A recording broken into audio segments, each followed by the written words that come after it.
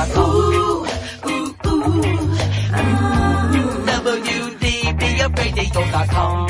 WDBFradio.com. Do you own a laser printer, copier, or a fax? Well then, listen close to this announcement. Laser Technologies has been providing high-quality, frustration-free toner cartridges that are guaranteed not to harm your equipment for over 20 years. Laser Technologies will save you on your supplies with high-quality and fast delivery. Savings up to 50%. Laser Technologies supplies toner, imaging drums, developer and cartridges for most of the major brands. For a price quote, send an email to service@laser-technologies.com. Include your printer make and model for your part number.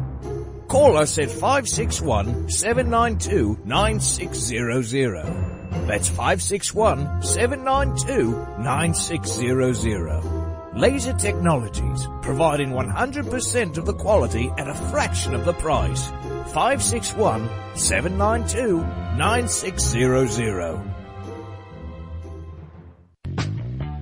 Hi folks, I'm Roger from Rogers Gotcha Motoring. If you need a local auto repair shop, Rogers Gotcha Motoring will take care of all of your automotive repair needs. If you need something as simple as an oil change or as complex as an engine overhaul, I have the latest in technology and the knowledge to get the job done right. We've been servicing Pinellas County since 1994 and are conveniently located at 3700 5th Avenue North in St. Petersburg, Florida. If you need service, call now at 727-327-1830 or visit my website at www.rogersgotchamotoring.com or like my Facebook page at Rogers Gotcha Motoring for a complete list of all of our services. So come on over to Rogers, that's me, and get your car service today. And don't forget to shop and support local business. Call now to book your appointment at 727-327-1830. That's 727-327-1830, or swing on by.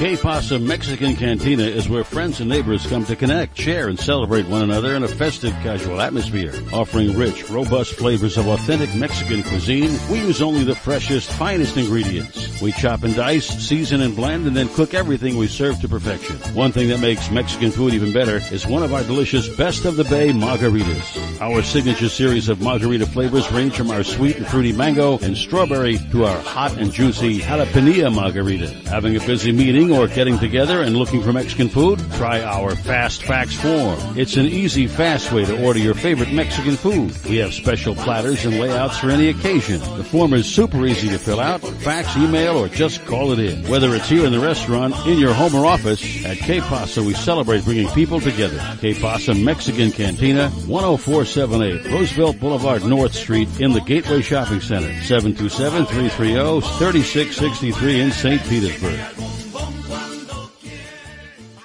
Test 1 2 3. Test 1 2 3. Hey, this is Captain Hook for Statewide Pest Control Services. They've been serving the west coast of Florida since 1987. Statewide does it all.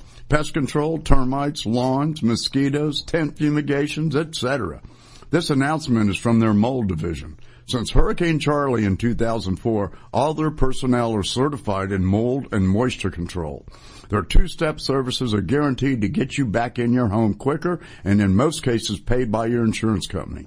Give them a call at 877-488-7378. That's Statewide Pest Control Services for all your pest and mold control needs, serving Florida from Pasco to Lee counties. Statewide Pest Control Services, 877-488-7378. 877-488-7378. That's 877-488-7378. You're listening to WDBFradio.com, a tune-in station. Oh, I grab my fishing pole and cast it in the water. I fish until dawn. Oh my, I caught a shark. I'm fishing and blowing on when the sun shines all day. It calls me a grouper. So I'm fishing and blowing on. Oh yeah. Fishing and It's the Fish Florida Show with your host, Riscala Stevens, bringing the outdoors to you every Sunday morning, 8 to 10 a.m. on the WDBF Radio Network. And now, your host, Riscala Stevens. Good morning, everyone. It is another beautiful morning here in South Florida, and I am in the Palm Beach County area, looking at a really nice, clear day so far. Those of us who live here understand that could change literally at any moment, but right now it looks really, really pretty out there. Talked to a friend of mine who's out near the ocean and said that the ocean was not very active, kind of flat out there today. So it would be another beautiful day to get out there and enjoy everything, particularly fishing, because that's what we're all about. And of course, I have my special co-host with me, the one and only Pam Worth. Good morning, Miss Pam. Good morning, sir. How are you today? I'm doing pretty good, and I don't know, what you're seeing over there, but what we're seeing over here is a beautiful sunrise with what seems to be, at least where I'm at, very calm. It is gorgeous. I went over the Howard Franklin, and the Florida Tampa Bay was flat as could be, because we're over here in Clearwater. And, the car almost wanted to go off 4th Street, and, but I don't have the kayak on tow today. So no, we got off driving around without your kayak. I know. I feel a little naked. Oh my goodness. What has the world come to? I know. I was on a boat yesterday. That's why. You can always tell Pam, well, until this morning, you could always tell when Pam was coming because she's driving the car that's pulling the kayak behind her wherever she goes. Might that be the car wash or might that be to the boat ramp?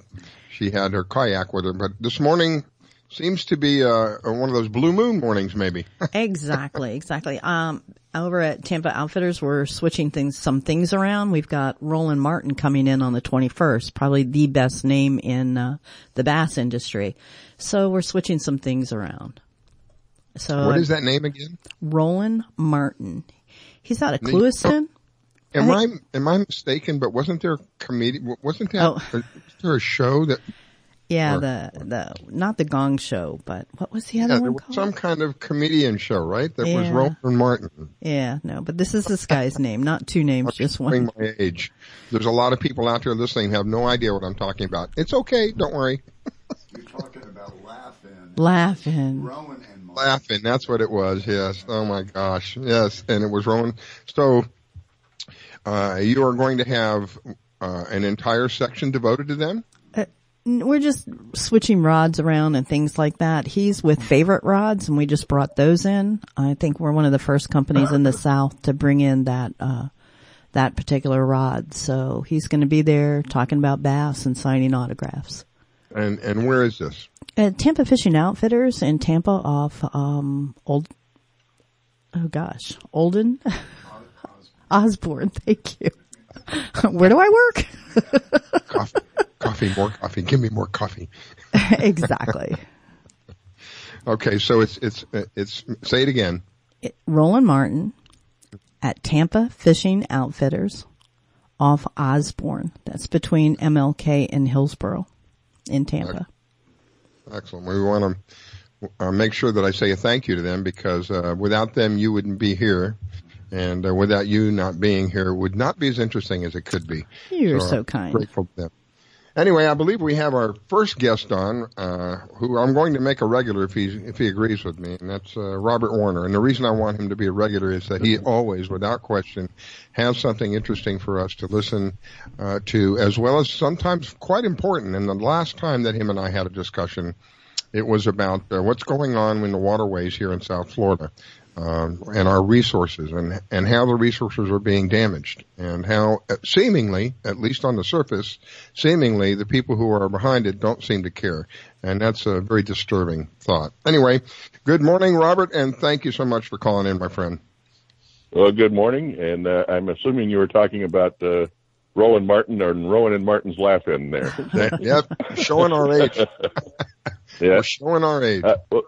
Well, the good news is we hit the national news yesterday with Good Morning America with the river issues. So hopefully now that it's hit the national news, not just local Florida news, that will help everybody. So, and also Senator Marco Rubio took the fight to Washington, or Congressman Marco Rubio, sorry, he took the fight to Washington. He was he addressed the Congress the other day about what was going on down here, and I've been trying to get a hold of Mr. Helm this week. Apparently he is out of town or something, but I can't get a hold of him, and because I was going to try to get a hold of Erin Brockovich, but he is the contact for her, so couldn't get a hold of him, so I couldn't get a hold of her. So. Well, if you would, at your earliest convenience, but I will keep trying. I will keep trying that. So, but the fishing's been great. So at least offshore. So that's good. So I know over on the West Coast, I've seen some tarpon coming in and some other stuff. I think it's a little further north than where the issue has been, but. Yeah. Here in Tampa, we've been blessed. We really haven't been hit by the red tide, which is natural. Yeah, Tampa has been great. That's where I saw some tarpon coming in from Tampa area. And up north, Crystal River and all of that's been great. Yeah. East Coast, there's dolphin and mahi everywhere, from Merritt Island to Key West. I mean, they're just everywhere. So the fishing offshore has been excellent. I'm not guaranteeing the river fishing has been that great. I haven't talked to anybody over here on this side.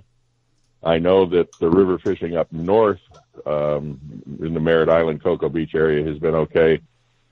South of there, I'm not real sure because I haven't seen any reports coming in, but that's the part that's affected. That's the part of the river that's been affected over here is from, say, Fort Pierce south. So haven't seen much coming out of that area, but the offshore fishing has been excellent. Grouper, mutton snapper. Somebody came in with some of the biggest yellowtail I've ever seen down from Marathon the other day. Wow. I'm pretty sure we're going to see a new world record yellowtail very soon because the record's only about 11.2 pounds or something like that. Mm-hmm. And there was a 10.5 pounder coming in the other day. Wow. They don't even look like yellowtail when they get to that size, by the way. They don't resemble what you think. What you and I visualize as a yellowtail, they don't even look like that when they get to 10.5 pounds. They take on a whole different look. But there's some huge yellowtail coming in from down in the Keys. So wow, I think we'll see a new world record down there pretty soon. Book your trip if you've got some vacay time. Go hit the Keys. Yep. Yeah, we fished down there Friday. Actually, we went down with my friend, retired Captain Jorge Pinero, and we fished with the nice folks at Against the Grain Charters, Melanie House and Charlie Rogers. Went out and had a wonderful day. The seas were beautiful. The wind. At one point, I told Charlie, I said, if you had a hammock on here, I'd be out. The breeze was just wonderful. I mean, I was sitting there in the chair because we were moving from spot to spot. I was sitting on the leaning post. And I was, you can feel yourself starting to doze off. I'm like, I got to get up and move around here because if you had a hammock, I'd just get in it at this point. But the breeze was just beautiful. The weather was great. The fishing was great. We caught some grouper. We caught some mutton snapper.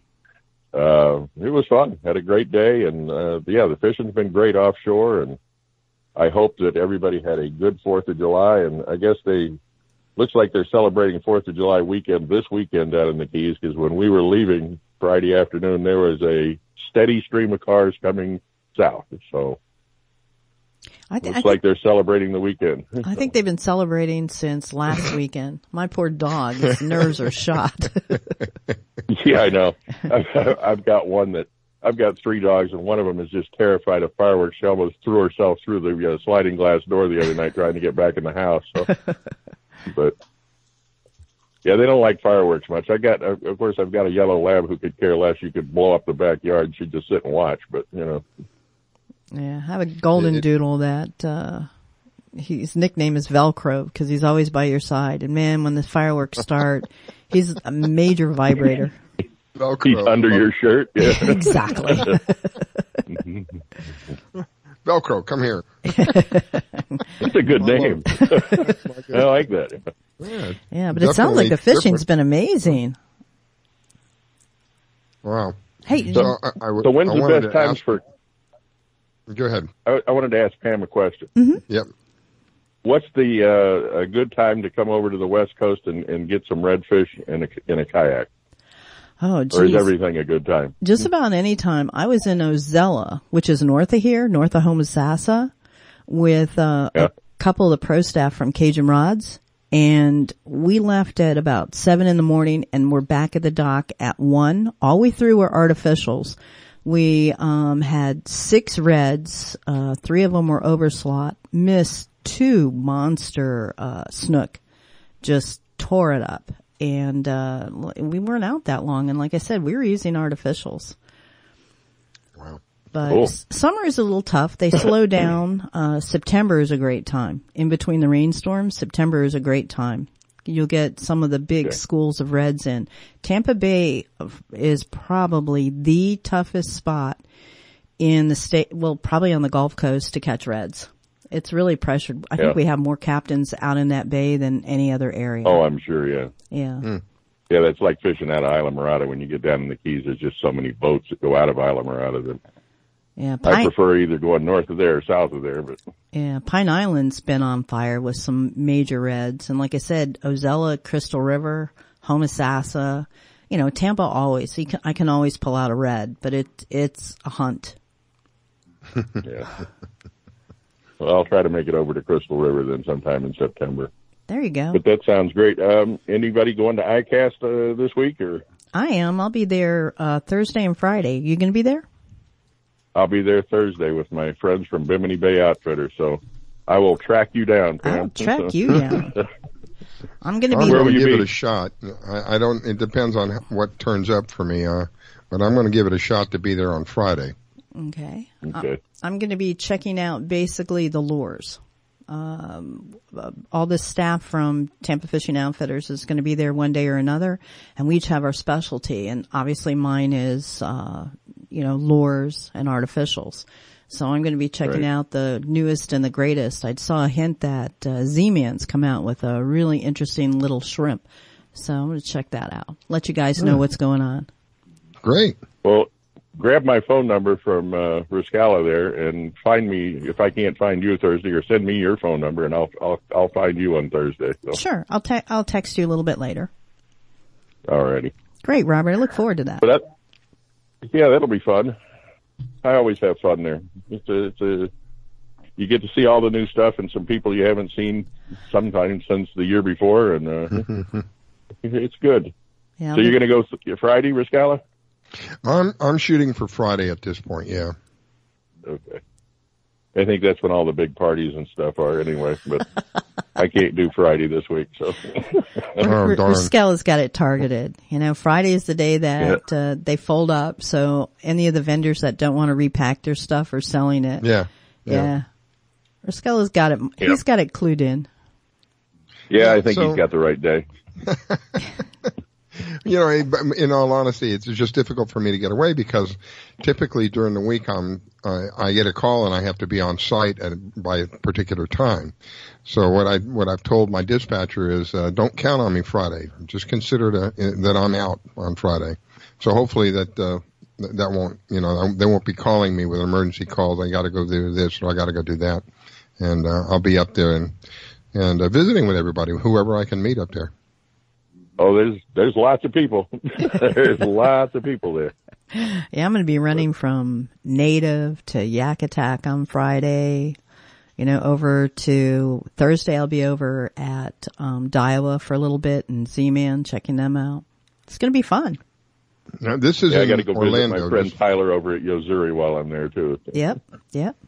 For those who may not know it, this is in Orlando, right? Yes, sir. Yep, Orange County Convention Center. Yeah.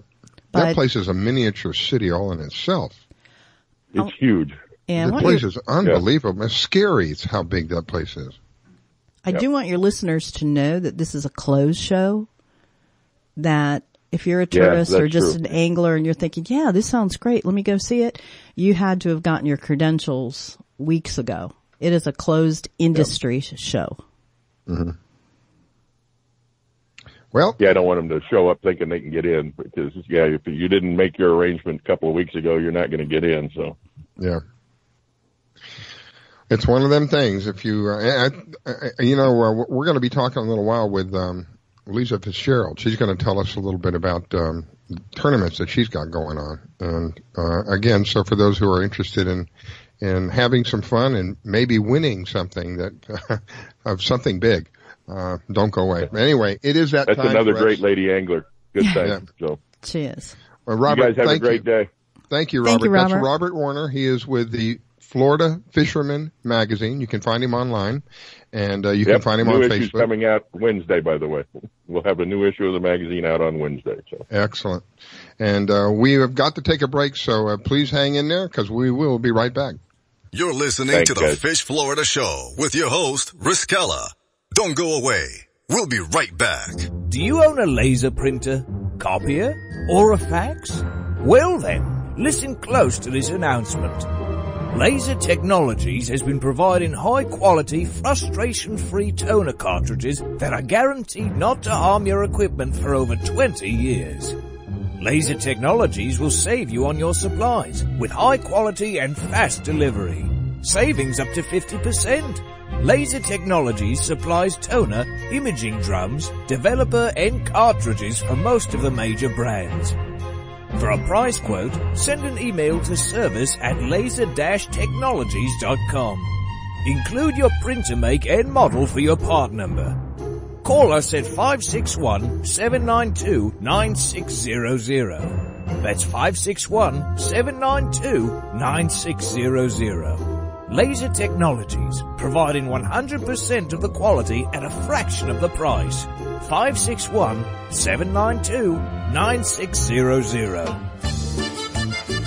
Que Pasa Mexican Cantina is where friends and neighbors come to connect, share, and celebrate one another in a festive, casual atmosphere. Offering rich, robust flavors of authentic Mexican cuisine, we use only the freshest, finest ingredients. We chop and dice, season and blend, and then cook everything we serve to perfection. One thing that makes Mexican food even better is one of our delicious Best of the Bay margaritas. Our signature series of margarita flavors range from our sweet and fruity mango and strawberry to our hot and juicy jalapeno margarita. Having a busy meeting or getting together and looking for Mexican food? Try our Fast Fax form. It's an easy, fast way to order your favorite Mexican food. We have special platters and layouts for any occasion. The form is super easy to fill out, fax, email, or just call it in. Whether it's here in the restaurant, in your home or office, at Que Pasa we celebrate bringing people together. Que Pasa Mexican Cantina, 10478 Roosevelt Boulevard North Street in the Gateway Shopping Center, 727-330-3663 in St. Petersburg.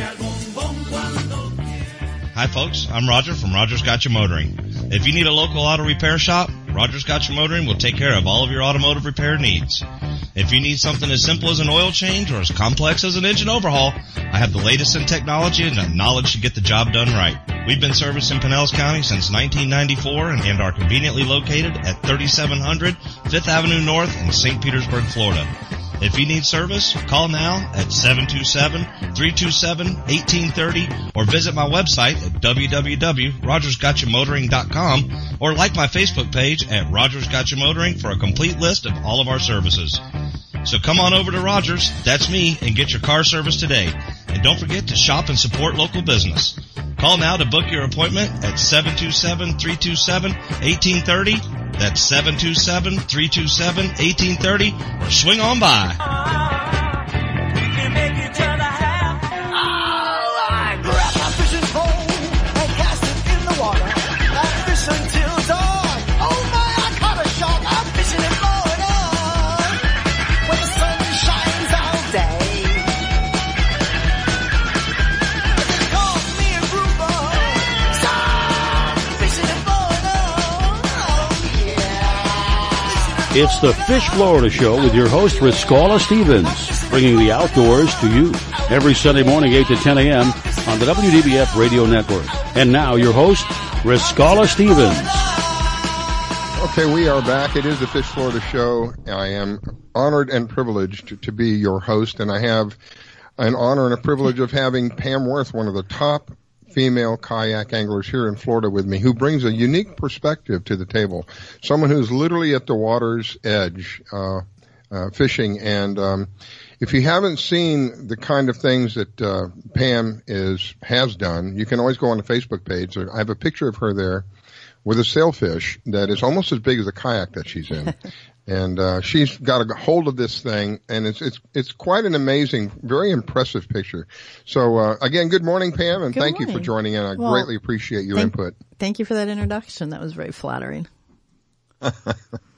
So I have been mentioning on the air that we've been looking for somebody who's down under the water, because so many of us are on the top of the water and we see what's going on the top of the water, but then we have someone like Pam who's literally at the water's level and we get her perspective, but we haven't had the fortune of having someone who's under the water to kind of tell us what's going on down there under the water until this morning. This morning I asked Zachary to come on with us and kind of tell us a little bit about what he sees. He's someone who has been doing some spearfishing in, I believe, on the West Coast, but he'll correct me here in a minute, and kind of give us his perspective of what's going on down there under the water. So good morning, Zach, and I appreciate you calling in, my friend. Thanks for having me, man. So as I was saying, are you on the West Coast or the East Coast? We're on the West Coast, where Tampa Bay, Florida is. Yep. And you've been spearfishing for a little over a year now? Yep, we've been spearfishing here for about 2 years, but I've been spearfishing since I was a young child, probably like 5 years old. Oh my goodness. So you're a miniature Tarzan. Miniature Tarzan. So tell us a little bit about what goes on down there when you go spearfishing. What are you seeing down there with regard to how does the reef look to you? How does the marine life that surrounds the area, what does that all look like to you? Do you see an increase, a decrease? So on the west coast of Florida, it's a little different than other places. It's a little bit more mild reef. It's a small, you'll find a lot of small ledges and a lot of small coral heads. Not like the big, large, expansive reefs that you find down in South Florida, but we do have our coral heads here and there. The water clarity right now is actually very clear. The summertime brings in some clearer water, and we've been going about 50 to 60 feet lately, and we see hogfish, we see the invasive lionfish, and the ledges are pretty small, but they run for about a quarter mile both ways along the shipping channels, and that's where we like to dive. And that small little ledge is all that brings in these fish. And you'll see hogfish and grouper sitting right on top of the ledge or just right underneath of it. Have you had any encounters with what we call the Goliaths? The Goliaths. Actually, so I'm here with my brother, Captain Dave, here as well. He's actually had a few run-ins with Goliaths. I'll let him tell you about those. Okay.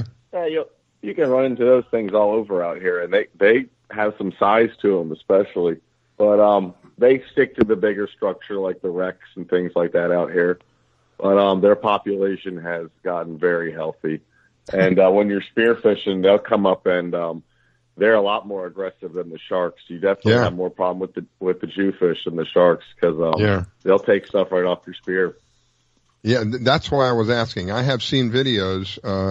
One particular video that comes to mind, this person was snorkeling, went down, speared a fish on his way back up. This thing came out of the darkness of the depths of the ocean, out of nowhere. This thing was probably 3 or 4 times his size, swallowed up this fish in half his arm, and now he's struggling with this thing to try to get back to the surface, while this thing has literally, like a vacuum cleaner, sucked this fish right in.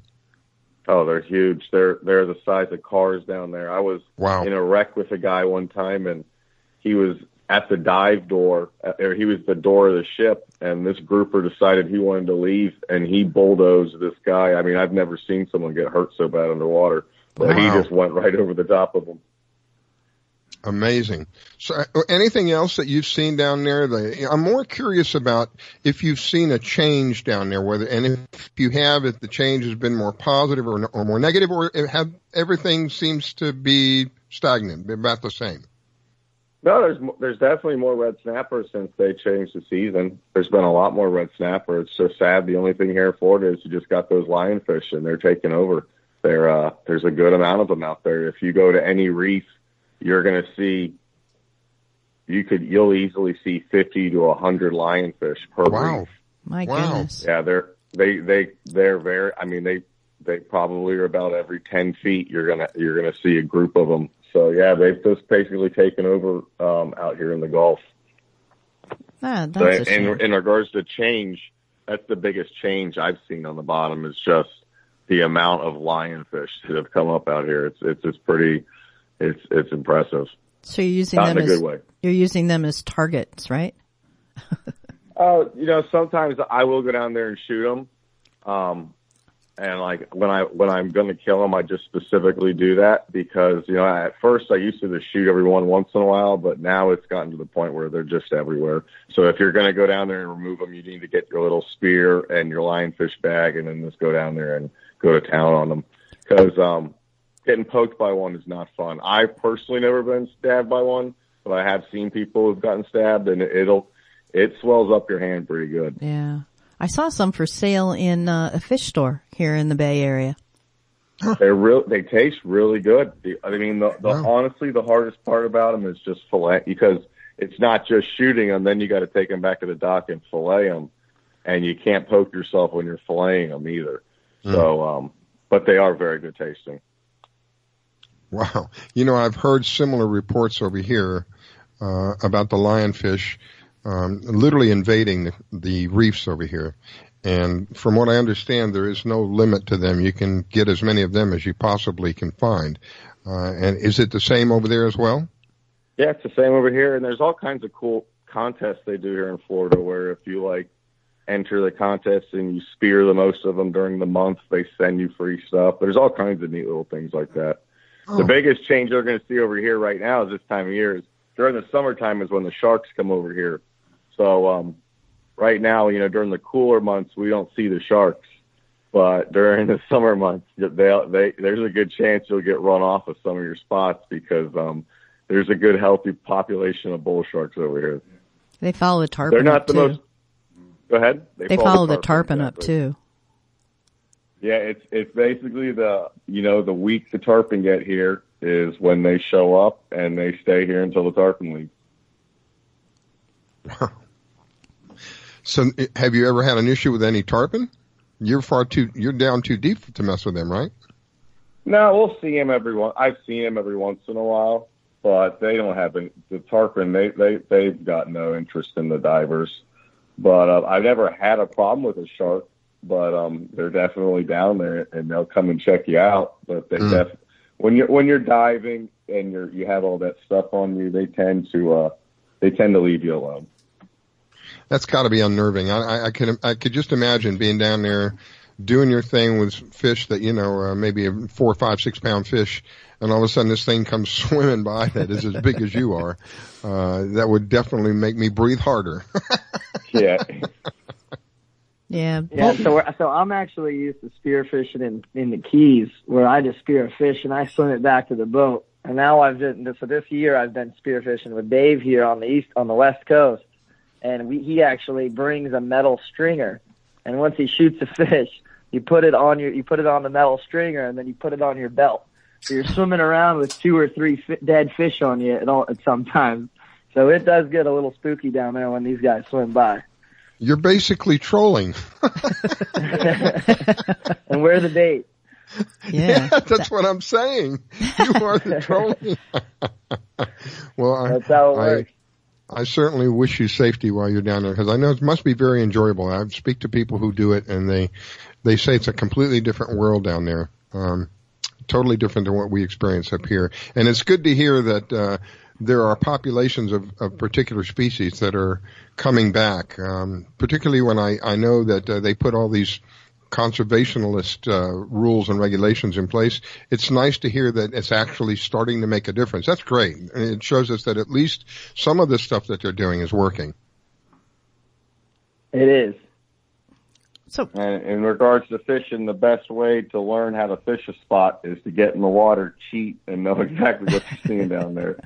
Good point. Good point. Now, do you guys do charters on spearfishing or regular fishing? No, we don't currently, but we should start here soon. It's we've just been doing other stuff right now, but getting into it as much as we have, we're going to look into that in the future. You got any videos you want to share with us? Do you do videos underwater? We do have a few videos on my page. If you guys want to follow some wild Florida boys on my Instagram page, it's called The Florida Sportsmen, MEN at the end. It's my brother David and I pretty much do the majority of the photography. and we got some cool videos and pictures. I'll actually upload a dive video today of us diving, so those who are listening can actually go on there and see a video of us diving today. And that's on Instagram? Yep, that's on Instagram. Are you on any other social media? Mainly just Instagram for now, but I have a Facebook. That's my personal, but for now, the Florida Sportsman on Instagram is our main outlet. All right, we'll be looking forward to that because I'd like to see some of the videos that you guys have done and what you're seeing. You know, get a copy kind of what you're seeing down there. That would be great. I had another question and my mind just went blank on me. Pam, have you got something you want to ask him? Yeah. When you go down there, not just the prep time, but what are some of your favorite targets? I mean, I'm assuming hogfish. Yeah, hogfish and gag group are pretty much the majority of what we see.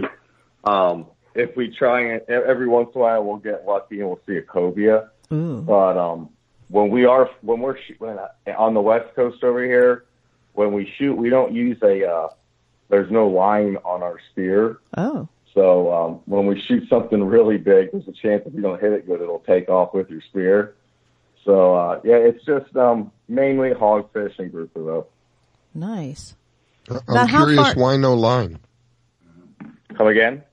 I'm curious as to why no line on the spear. We'll shoot a good amount of fish when we're here. So it's just, you don't have too much time underwater and dealing with the line and just moving the line around underwater is just difficult. Oh, I see. Yeah. And if you're used to shooting fish, like my friends and I, we're pretty good shots. We don't miss too much. So if we miss, if you don't shoot the fish in the head and you shoot it in the body, it ruins all the meat. So we've gotten pretty good at shooting them in the head. Mm-hmm. And the main thing here is just like Zach was saying, how you have the fish strapped to you. That's why you want to stay in if you go over 70 feet, then you have to stop, 2 times while you're coming up, and you got to spend about 5 minutes coming up. And it's when you're coming up that the sharks will bother you. They won't bother you when you're sitting down there on the bottom. So that's why I like to stay in 60 or 70 feet, because then you only have to stop 1 time, and then it just shortens the amount of time you're in that space where you'll have to deal with or you need to decompress. Sharks. Yeah. How long are you usually down for? How much time are you usually down there? I'm a good breather, so if you just stay, it just is all about how calm you stay, because you can use a lot of energy when you're spearfishing, and that's something people got to take into account. If they're just diving, they're not going to use half as much energy as when they're spearfishing, so they'll burn through their air a lot faster. But on average, if you're in 55 feet of water, you can stay down about 35 minutes. And then once you go to about 100 feet of water, you're only going to be down there at the bottom for maybe 10 to 12 minutes. Oh my. I'm talking doing the spear fishing where you're using all the energy and whatnot. I didn't realize it was so short. Yeah, it's because it's when you got all that equipment on and you're chasing the fish down and you're loading the gun up, you're using a lot of energy. And when you're using all that energy, you're breathing harder and faster. Yeah. Good point. Wow. Any parting thoughts there, Miss Pam? You covered a lot. That was interesting. Do you guys have any last thoughts? It is, but you said you're down 70 feet, so you're going out. How many miles out? 50, 60? No. Tampa drops off. That's why the Gulf is such an awesome dive spot, is it drops off very, very slow here. At 70, at 70 feet, you're only at about 15, between 15 miles and out to 25 miles is basically 70 feet of water here in Tampa. Wow. Okay. That's a ways out there. Yeah. Well, guys, I want to thank you. Go ahead. I was going to say, before you finished up, we actually do this. We fish probably three days out of the week whenever we get some free time. This is our hobby. So I was just going to throw it out there. If you guys wanted to hear any more, I'd love to do this. little bit every Sunday. I love talking to you guys. Yeah, we'll have you back on. Very interesting. I've been asking for someone who's under the water for some time, and it's really enjoyable to have you guys on. But right now I've got to go because we're up against a break. I want to thank each of you for taking the time to call in and tell us what's going on, and I'm looking forward to having you back on, honestly. Don't go away, ladies and gentlemen. We'll be right back. It's the Fish Florida Show. You're listening to the Fish Florida Show with your host, Riskella. Don't go away. We'll be right back. Download the Fish Florida mobile app to plan your boating, fishing, or hunting trip. You can find your tide reports, buoy reports, get a fishing license, and even find someone to go fishing with. Plus great products and services from all our media partners. And oh yeah, you can get the Fish Florida Show on the app. Sundays at 8 a.m. Eastern here on the WDBF radio networks. So download the Fish Florida mobile app to plan your boating, fishing, or hunting trip and tune in. Battles aren't won solely on the field. That's a common misconception. Battles are won within, over enemies of fear, enemies of doubt. In that place where promises are kept. Promises to oneself. This is a physical training event. Promises to one's community. Helping people move debris out of their house. Promises to one's country. In the heart of every Marine, you'll find a promise. A promise forever kept. A promise of battles won. Today, my new dad and I shot off a rocket in the park. Today, my new son and I failed to shoot off a rocket. He knew exactly what to do. I had no clue what I was doing. We set up the rocket. Hit ignition. And then nothing. Sometimes I laugh when I'm frustrated. Then out of nowhere, the rocket launched into the air. The rocket did get into the air. I've never seen anything fly so high. And then crashed into a kite. Look out! Look out! And then the pond. I'll never forget that day. I'll never forget that day, even if I tried. You don't have to be perfect to be a perfect parent. Thousands of kids in foster care will take you just as you are. For more information on how you can adopt, visit adoptuskids.org. A public service announcement from the U.S. Department of Health and Human Services, Adopt U.S. Kids, and the Ad Council. It took me a long time to be able to say Chandler has cancer, because that is such a scary word. St. Jude takes care of absolutely everything. And knowing that we don't have to pay for all of the medical expenses, that's huge. St. Jude allowed me to focus on being a mom to Bryce. And sometimes I'm just in awe of the impact St. Jude has, not only on this community, but the world. St. Jude is uniquely positioned to advance the cures of pediatric cancer, I think better than any other institution in the world. The contributions make a big difference. Donors are important to us because you get the feeling that you have a team behind you. We have the resources and we have the focus. And so if St. Jude doesn't do it, who will? St. Jude Children's Research Hospital. Finding cures. Saving children. Learn more at stjude.org. My vehicle was sent 6 feet in the air in a ball of fire. I thought I was going to die. It ripped my arm off. It broke my right femur. I took such a hard blow to the head that my retina was torn apart. Say a prayer for peace. I'm Trace Adkins.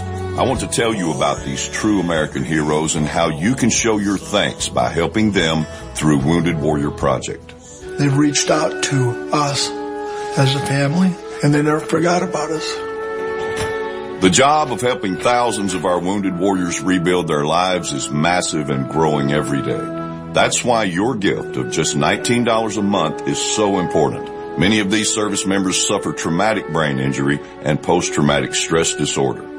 They helped me basically put my life back together. If it wasn't for Wounded Warrior Project, I would be a statistic right now. I would have been one of those soldiers who came home and committed suicide. I'm in the fields of Vietnam, the mountains of Afghanistan. Your gift today of $19 a month can help us provide the programs and services desperately needed by our wounded service members. Call or go online with a pledge and you'll receive this Wounded Warrior Project blanket. Make that call now. Say a prayer for peace. I grab my fishing pole and cast it in the water. I fish until dawn. Oh my, I caught a shark. I'm fishing and blowing on when the sun shines all day. They call me a grouper.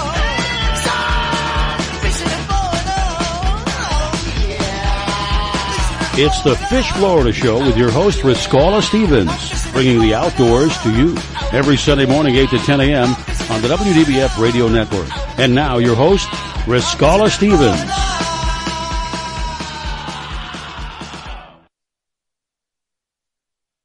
I had Robert from the Florida Fisherman Magazine on telling us that fishing is hot right now.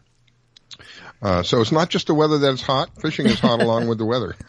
It's on fire. If you're not out there enjoying it, you're kind of doing yourself a disservice. And of course, I have the one and only Pam Worth on with me today. And I ask you to forgive me, Captain Hook. I didn't acknowledge Captain Hook. He's back there in the background. He's the man who does all the.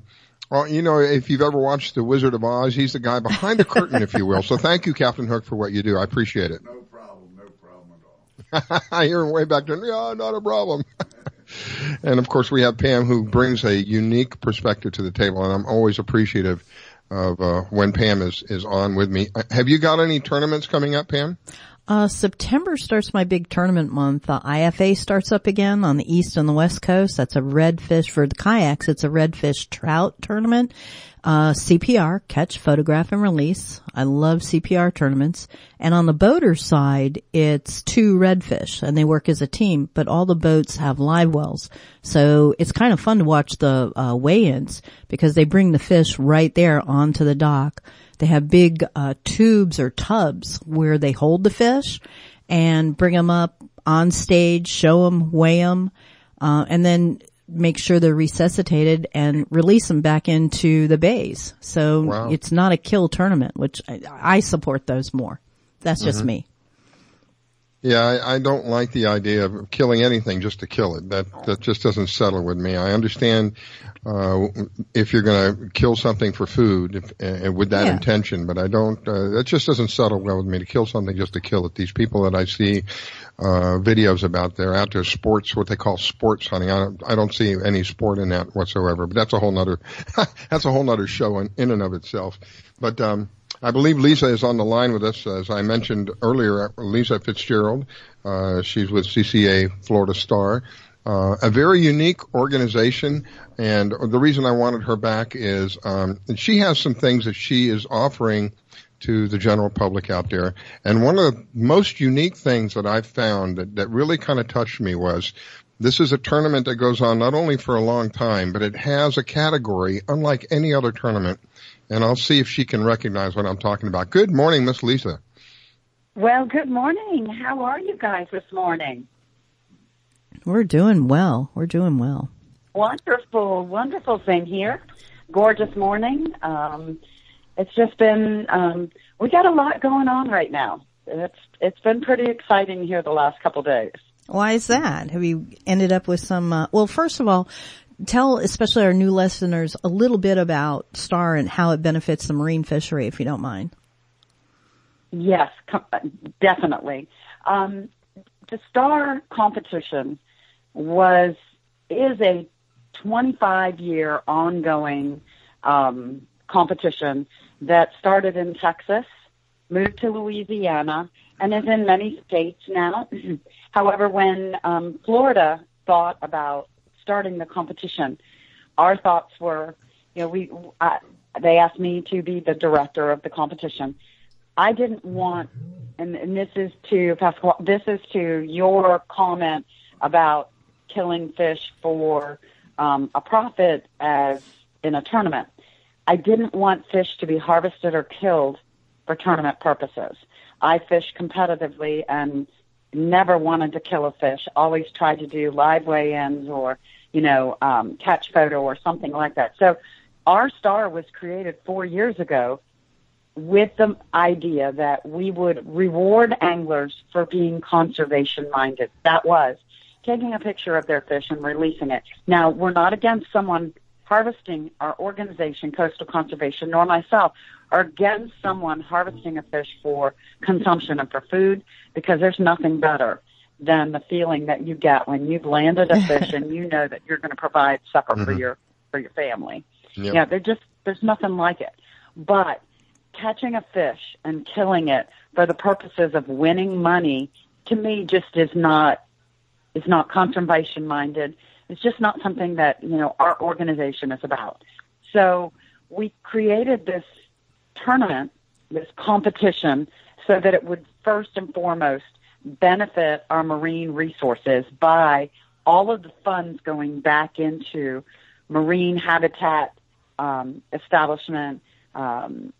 We also then provide all of the research information. And I know you guys have been at boat ramps and different places where you have FWC and different organizations asking you questions about your fishing day. How many fish did you catch? What was their size? Did you release them? What condition were they in? Well, last year, we were able to provide nearly 30,000 catch records with all of that information. So the University of Florida, Snook and Game Fish Foundation, and other research organizations who were doing research on trout, on snook, on bait fish, all had an opportunity to utilize the catch data that we had, which was significant. So there's lots of facets to the STAR competition that people don't really realize that it's being used as a tool as well. And it is also a way of getting new anglers into the sport of fishing, which we desperately need, and as well as educating people to who our organization is. So it's really a multifaceted competition and provides some great opportunities for not only our organization, but our anglers who are out there fishing and for so many other divisions. Right. And speaking of divisions, you have some very unique divisions. I think one that we find really interesting is the fact that a trash division. And to me, when I think trash, I think you're talking about like a ladyfish, a catfish, a pufferfish, but that's not it, is it? Mm-mm. No, exactly. And we created this division almost, I guess last year was our first year with the trash division. And it is a Costa Kick plastic division. Plastic and garbage in our waters is one of the biggest threats to our marine resources. Next to poor water quality and the loss of habitat, we've got issues with our plastic particulates and plastic being in the water. And that happens when our big pieces of plastic, water bottles, straws, plastic bags, all break down and they become smaller particulates where mollusks, shrimp, bait fish, all of those ingest that plastic. That bait is then ingested by a larger fish. And now, not only is plastic littering the bottom and the shorelines, but now we have it inside of our fish. So what we wanted to do was to do something to start a movement to get people to not only pick up the trash when they see it, but also change their lifestyle. Instead of going out on the water and taking your plastic water bottles, take reusable water bottles out on the water. Make certain that when you have a trash item, that it's properly stowed. All of these things are ways that we are educating the public on what they can do to improve our habitat for our marine resources. Because if we don't start making an effort, and if everyone doesn't do a little part every single day, as we can see with a lot that's going on with habitat, water quality, we're going to have significant issues.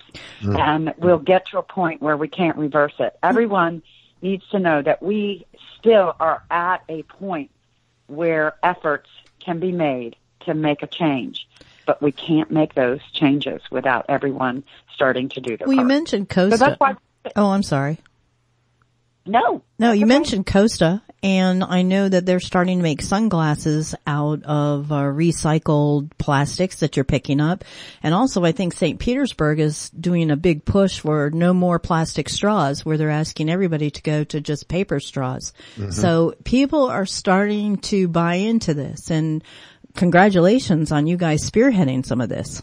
Yeah, really. Well, thank you. And, I want your listeners to know that Saturday, July the 21st, Coastal Conservation, Costa Kick Plastic, and Small Pet Brewery are having a huge trash cleanup in Tampa Bay.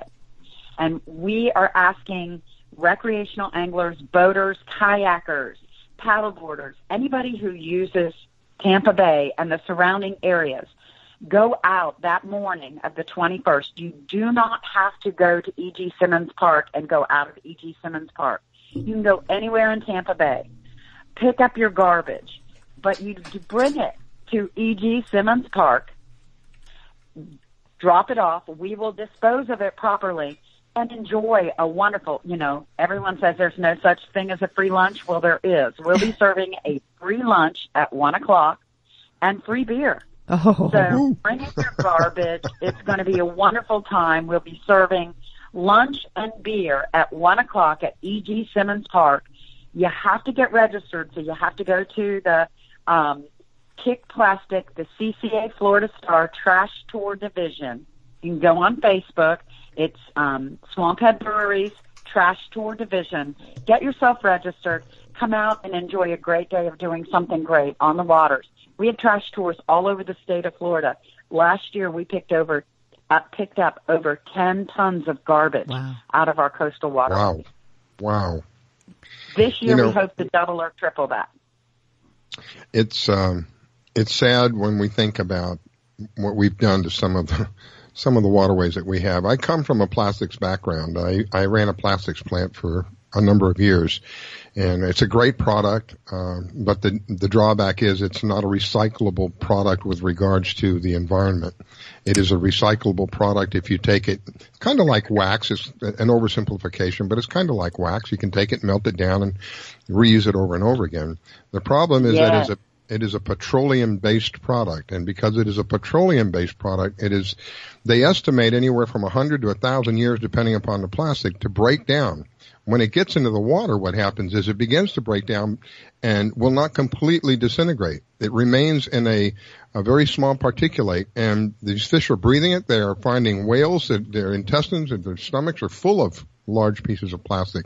So it's something that could be avoided altogether with just a little conservation. But it's something that could be completely avoided 100% if we could get politics out of it. Because if we can make plastics out of hemp, that would be organic, you couldn't tell the difference between hemp plastic, and actually it's probably a little stronger than the plastic that we use today. The difference would be that it is organic and would completely break down. That's a whole other subject in and of itself. Oh, I'm listening to you. I want to love to work with you on some of that stuff. This is all political stuff. There's so much money in the petroleum industry that anybody that comes along and decides that or finds that there's something better, that becomes a threat to them, and they don't like that at all. They just don't deal well with it at all. No. Well, we've got some exciting news about Star. I've told you over the last phone call that we had so many anglers that were catching fish that were not registered. Well, on July the 4th, we had 4 anglers who caught fish on the West Coast and up in the Big Bend, and not one of them was registered for the competition. 4 fish in one day, and not one registered. Were any of them what? Released? We had one of those fish released, yes. The others, these guys said they weren't really familiar with Star, had heard about it, but really weren't aware of what it was all about. And they were fishing for dinner, so they kept their fish for dinner. But yesterday, we had a gentleman up in Pensacola who'd gone out for the very first time fishing, and he had heard all the stories. He'd been registered for the last 3 years, and he said, you know what, buddy, I can't go fishing with you until I get registered for Star. He registered yesterday morning, and yesterday afternoon when they went out wade fishing to his favorite secret spot, he wound up catching a tagged redfish. Oh, my goodness. And he is now going through the verification process this afternoon to determine whether or not everything lines up. You know, you have to be a registered angler and CCA member before you catch that fish. If everything lines up for this gentleman, he has his choice of a brand new GMC pickup truck, a Contender, a Carolina Skiff 21 Ultra, a Hughes Redfisher, or a Cottonmouth aluminum base skiff. All powered by Yamaha, all sitting on a trailer. Every one of those prizes way over $50,000 in value. Oh, my goodness. Lord have mercy. So we have, this might be winner number 2, so we're just waiting right now to hear. Well, you know what? I want to have you come back on because I want to hear the update about what happens. And if there's anyone else that catches anything in between now and next Sunday. So if you're available next Sunday, it's an open invitation for you to come back.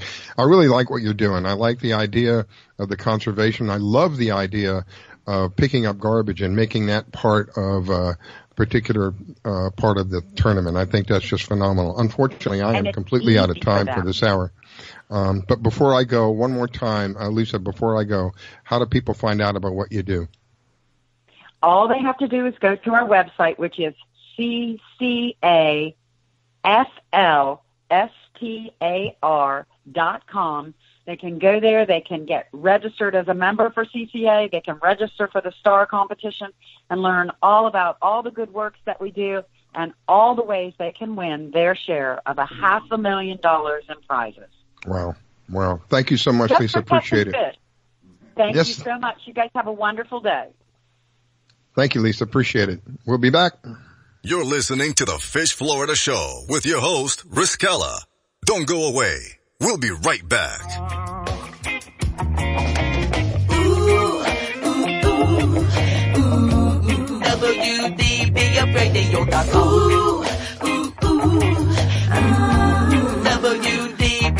WDBFradio.com. WDBFradio.com. Do you own a laser printer, copier, or a fax? Well then, listen close to this announcement. Laser Technologies has been providing high-quality, frustration-free toner cartridges that are guaranteed not to harm your equipment for over 20 years. Laser Technologies will save you on your supplies with high-quality and fast delivery. Savings up to 50%. Laser Technologies supplies toner, imaging drums, developer and cartridges for most of the major brands. For a price quote, send an email to service@laser-technologies.com. Include your printer make and model for your part number. Call us at 561-792-9600. That's 561-792-9600. Laser Technologies, providing 100% of the quality at a fraction of the price.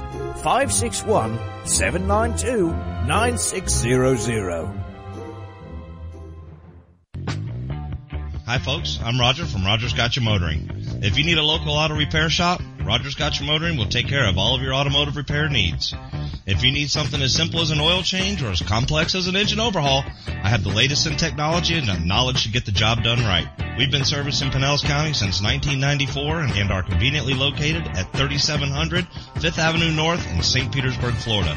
If you need service, call now at 727-327-1830 or visit my website at www.rogersgotchamotoring.com or like my Facebook page at Rogers Gotcha Motoring for a complete list of all of our services.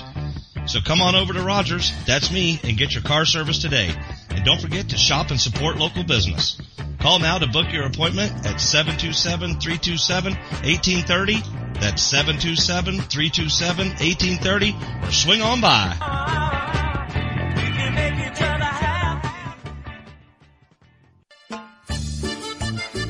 Que Pasa Mexican Cantina is where friends and neighbors come to connect, share, and celebrate one another in a festive, casual atmosphere. Offering rich, robust flavors of authentic Mexican cuisine, we use only the freshest, finest ingredients. We chop and dice, season and blend, and then cook everything we serve to perfection. One thing that makes Mexican food even better is one of our delicious Best of the Bay margaritas. Our signature series of margarita flavors range from our sweet and fruity mango and strawberry to our hot and juicy jalapeno margarita. Having a busy meeting or getting together and looking for Mexican food? Try our Fast Facts form. It's an easy, fast way to order your favorite Mexican food. We have special platters and layouts for any occasion. The form is super easy to fill out. Fax, email, or just call it in. Whether it's here in the restaurant, in your home or office, at Que Pasa we celebrate bringing people together. Que Pasa Mexican Cantina, 10478 Roosevelt Boulevard North Street in the Gateway Shopping Center, 727-330-3663 in St. Petersburg.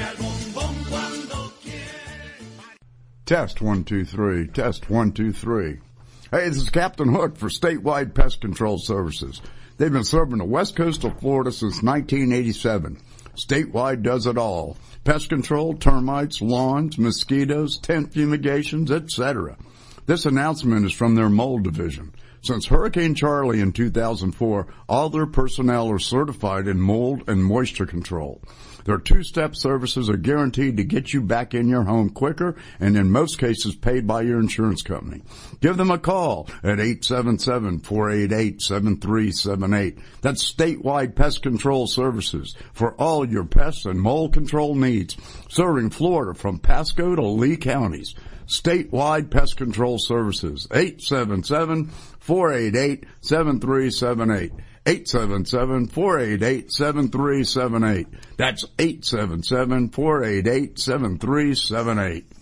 You're listening to WDBFradio.com, a tune-in station. I grab my fishing pole and cast it in the water. I fish until dawn. Oh my, I caught a shark. I'm fishing and blowing on when the sun shines all day. They call me a grouper. Stop fishing and blowing on. Oh yeah. It's the Fish Florida Show with your host, Riscala Stevens, bringing the outdoors to you every Sunday morning, 8 to 10 a.m. on the WDBF Radio Network. And now, your host, Riscala Stevens. Well, a very good morning to everyone out there, and thank you for taking the time to tune in. And you can find us in a wide variety of places. We do have an app. It's the Fish Florida app, and it is a free download. You can find it at any of the major stores. It is a vital tool if you're going to go out. It gives you a wide variety of information about what's going on outdoors. And along with that, you can listen to us on the Fish Florida app. And again, it's free. Right now it's free.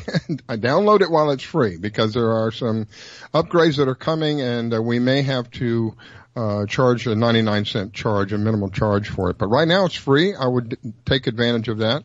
It's the Fish Florida app. You can find it on any of the major stores.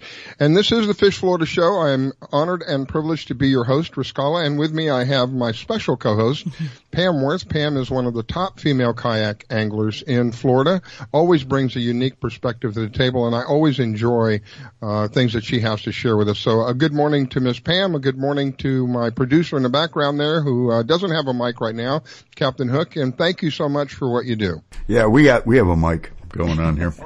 You turned the mic loose on him. Yep. Lord have mercy. That's right. You never know what's going to come out of this mouth, but it's all right. He stole your mic.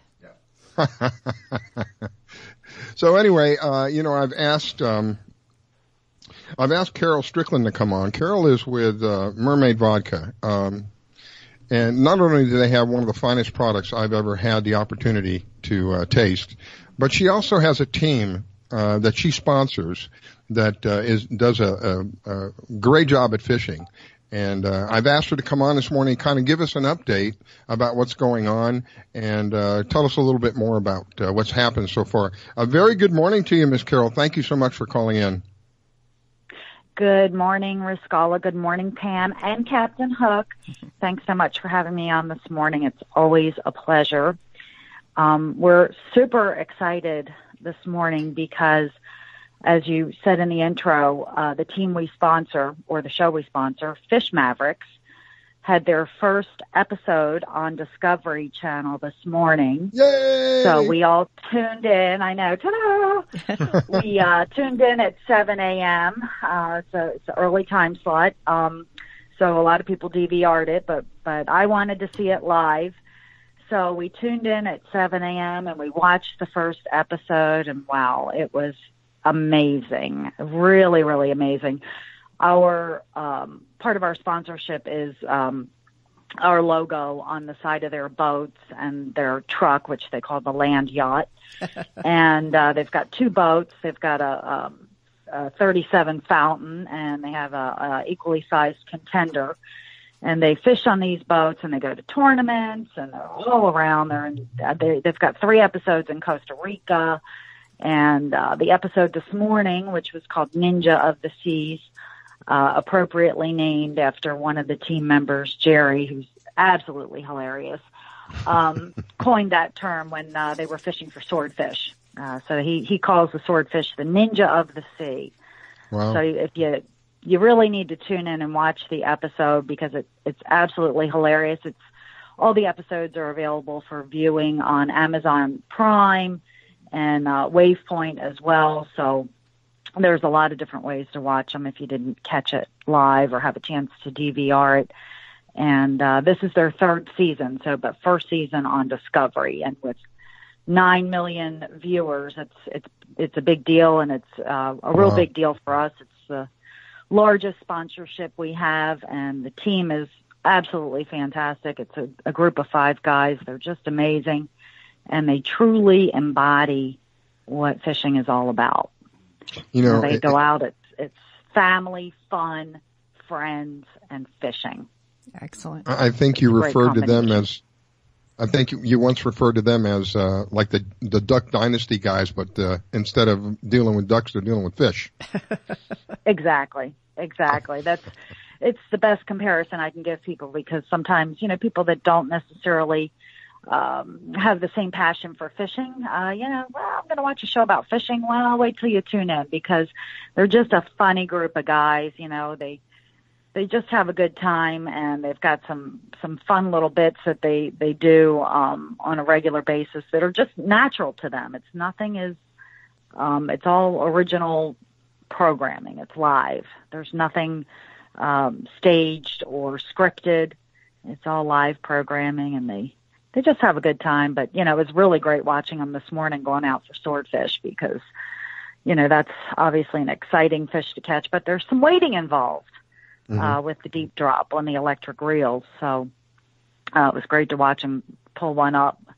And then they went out over the reef for the last bit of the last portion of the show and did some reef fishing and, caught some mahi and things like that. So it was just a great episode. We're really, really thrilled with our partnership with them, and so happy to be part of the show. It's an awesome show. It must be really exciting to see your logo on the side of this boat, knowing that there literally could be millions of people watching this and seeing that logo. It really is, Riscala. The build up, the anticipation of this first episode airing was so huge. The Fish Mavericks did a great job of promoting the show. Discovery promoted the show. So there was a lot of promotion leading up on social media, on Discovery. So we got to see some of that. It was almost like a teaser. We got to see it, but it was like, all right, when's the big moment going to happen? And, we're right there in the opening. Bam, Mermaid Vodka, right on the side of the boat, larger than life, and on the side of their trucks. And, even when they're not in the water, they're filming, on the road. They've got all different types of footage that they show. And we're just, it's really exciting to see our logo rolling down the road or in the water or on their shirts. They wear the shirts and our hats and things like that. And they do a lot of posting for us on Instagram and Facebook, photos with the bottle. And they have another sponsor, Angle. So they use the Angle mugs. They don't take plastic out. They use Angle cooler mugs, and so they put our stickers on the sides and stuff. So we get a lot of exposure out of it, and it's a great fit for us because it embodies our passion for fishing and all things related to the salt life. So, well, Pam, you're in there in the background. I just feel you itching. You have a question. I just, I'm probably going to get too technical for you, but the whole aspect of it is so exciting. When you say they're on Instagram, do you remember what their Instagram, account is so people can look at this up? Oh yeah, it's at Fish Mavericks. I mean, everything is labeled and branded Fish Mavericks. So if you just go into Instagram. So it's just Fish Maverick or at Fish Maverick? Well, it's the name is Fish Mavericks. Okay. Plural. So if you just go into Instagram into the search and type in Fish Mavericks, you'll see their blue fish logo pop up, and they usually appear in the search at the top of the search. That's excellent. How long have you been working on this? We started our partnership with them right around the time we did our launch. Mermaid Vodka's been out on the market since the third week of February. We got our first pallet of product Valentine's Day, which to me couldn't be more appropriate because it is truly a labor of love launching this brand. So we got our first pallet of product about the same time we signed our sponsorship deal with the Fish Mavericks, and let me tell you, we hit the ground running, and we were swimming fast, flipping our mermaid tails, really getting out there in front of this because we knew what a huge opportunity it is for us to be on national TV, Discovery Channel. Everybody's heard of Discovery Channel. Yeah. Is your distribution nationwide? We are not distributed nationwide yet. It's when you start a liquor brand, you really have to kind of start with a local distributor. Our distributor is Blue Rack, and they service the southern Florida, South Florida, Broward County, Dade County, and we're up the west coast of Florida and also down in the Keys. So our next step in the sales channel will be to get picked up by a national distributor. We've put the bait out. We've had a few bites, and we anticipate reeling one in very soon because that's, now our biggest challenge is getting the product out, and it's a great problem to solve. We can sell our product online if you go to our website, mermaidvodkausa.com. We have a clever little button on there that you just click Get Hooked Buy Now, and you can get hooked on Mermaid Vodka.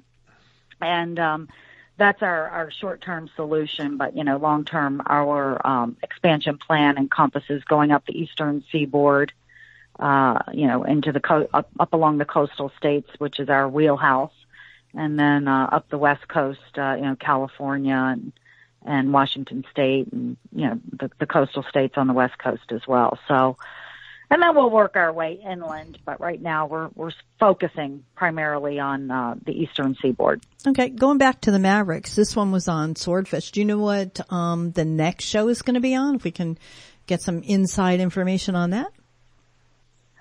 The next 3 episodes, I believe, are from Costa Rica. So I haven't seen any of the footage. They do a great job of kind of keeping us on the edge of our fighting chair as well. But it's going to be in Costa Rica, so it's going to be exciting. I'm sure there's sailfish. Some of the teaser footage we've seen on the promotional reels show sails and whatnot. So I'm sure they're going to have some great action-packed episodes coming up. And Costa Rica. They won't be in our. Costa Rica's huge. It's a beautiful fishery. I did a kayak tournament there once for roosterfish. That was amazing. So the fishery is just, I think it's one second to none. Absolutely. It's a bucket list item, which if you watch the episode from this morning, that's what Jerry talks about, his bucket list, which was swordfish was on his bucket list. So for a lot of anglers, Costa Rica is like, the holy grail. You really need to get there and fish it to appreciate it.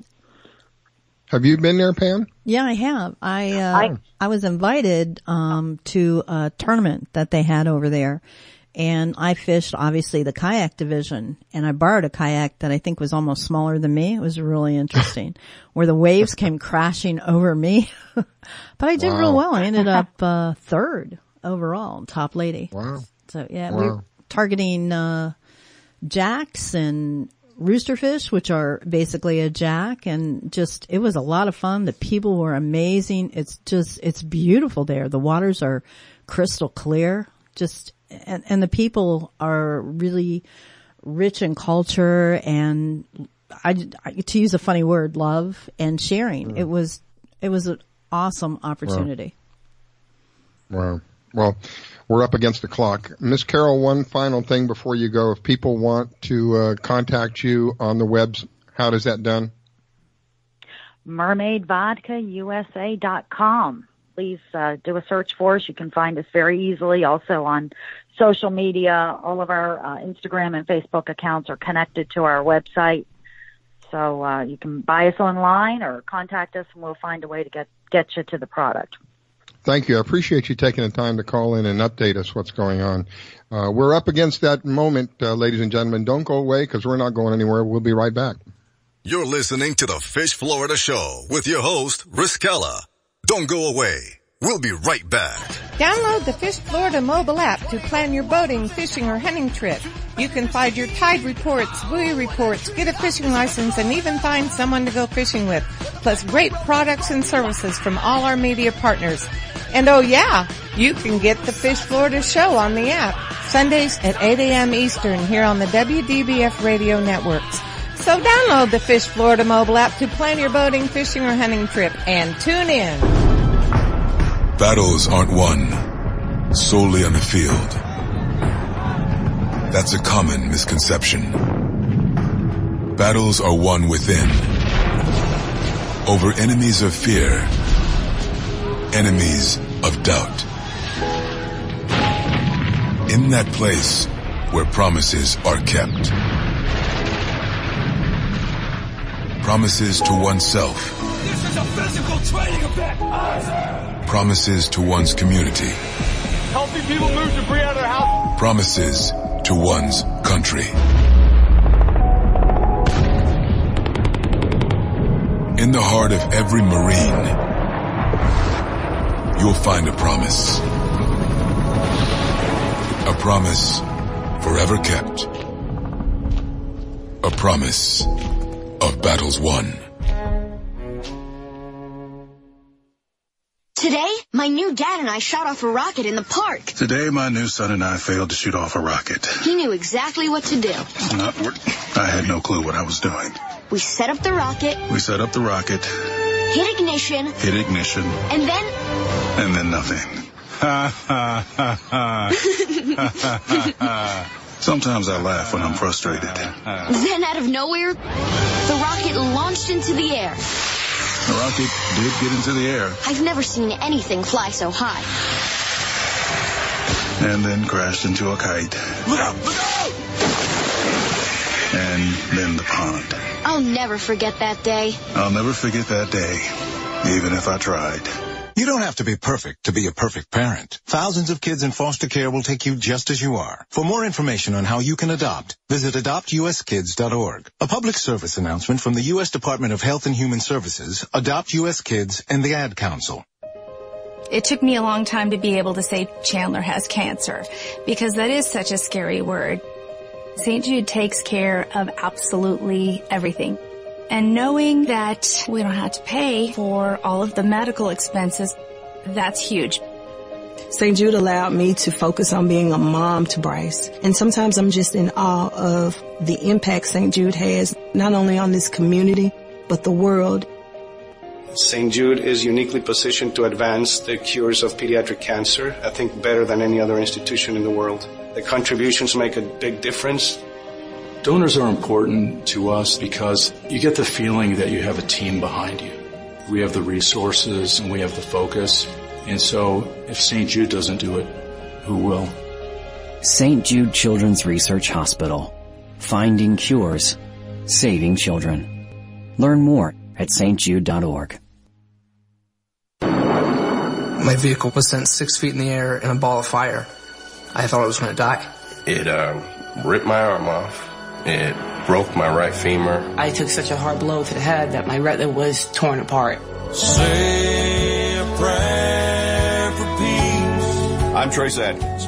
I want to tell you about these true American heroes and how you can show your thanks by helping them through Wounded Warrior Project. They've reached out to us as a family, and they never forgot about us. The job of helping thousands of our wounded warriors rebuild their lives is massive and growing every day. That's why your gift of just $19 a month is so important. Many of these service members suffer traumatic brain injury and post-traumatic stress disorder. They helped me basically put my life back together.